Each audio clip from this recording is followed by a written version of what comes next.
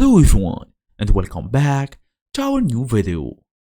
So you have been using Wix for a while now in 2026. You are going through some settings, changing some stuff and every other detail.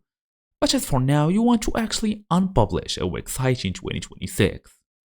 So in today's small tutorial, I'll make sure to show you all of them steps needed so we can achieve this. Fast and easy as usual.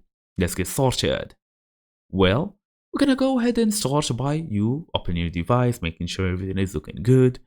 Go look for Google or Bing or whatever. Look for Wix.com.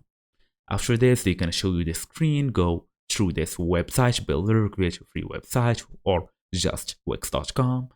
They're gonna take you to this setup screen or the main menu. As for now, basically you're gonna use your login, email address, password. I'm pretty sure you know that. We're gonna go through these settings. Okay, as for now, we're gonna look for the website settings.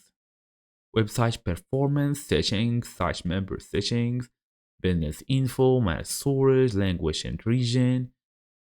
We actually have much. We also have these rules and permissions that you want. Maybe you wanna take a look to change owner if you want to as well. Manage roles, you can do that as well. Okay, as for now, let's go.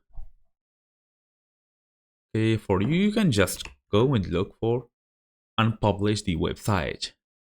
Website settings, unpublish website. It's this easy basically. Just look for unpublish website and tap on the icon.